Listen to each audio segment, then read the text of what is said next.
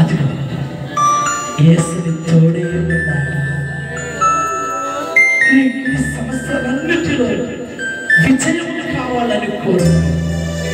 ఎంత కలిగిపోతున్నావో, ఎంత కృంగిపోయావో, ఏమి చేసినా ఫలితము శూన్యముగా ఉందేమో. ఈ మధ్యాహ్న కాలం ముందు ఇప్పుడు తనకు ఆరాధనలో ప్రభువా నాకు సమస్యలో విజయము కావాలి,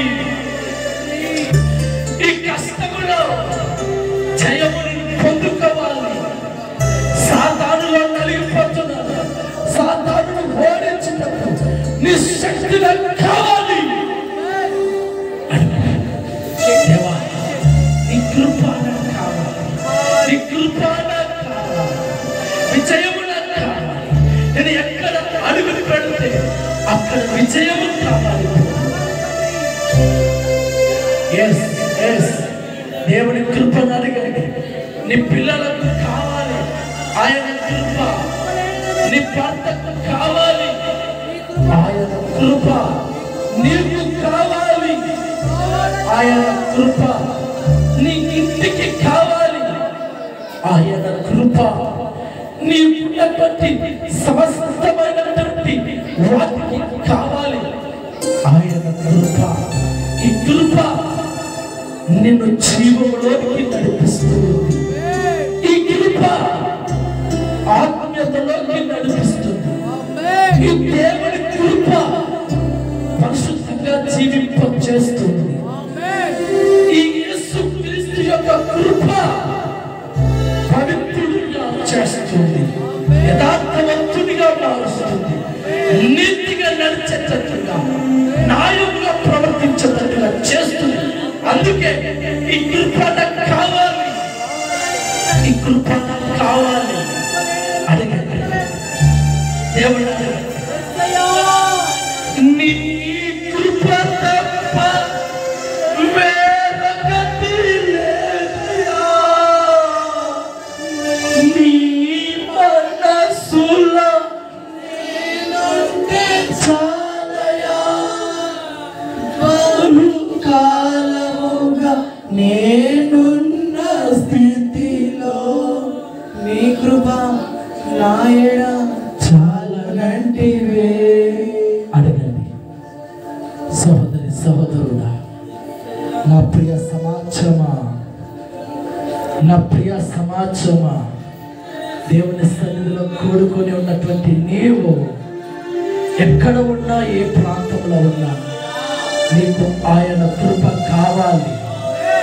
ఈ భూమి ఎలా ఉందంటే అంతా మాయ, అంతా పాపముతో నిండి నిన్ను నీ కుటుంబాన్ని పాపాన్ని చేపిస్తూ చివరికి దేవునికి నీకు బంధాన్ని తెగొట్టి నిత్య నరకాగ్నిలో కాలుటకు నిన్ను తీసుకెళ్ళడానికి దుష్టుడు నీ వెంట ఎప్పుడూ ఉన్నాడు.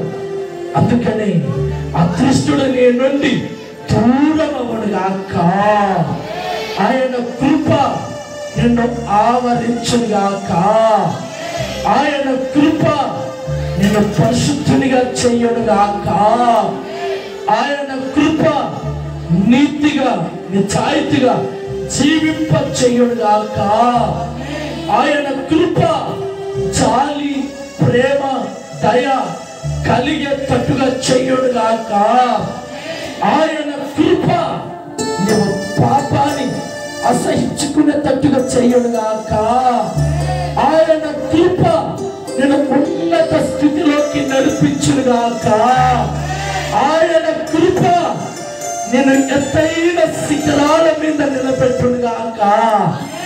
దేవుని కృప నీ ఇంటి పరిస్థితులల్లా మారిపోవునుగాక.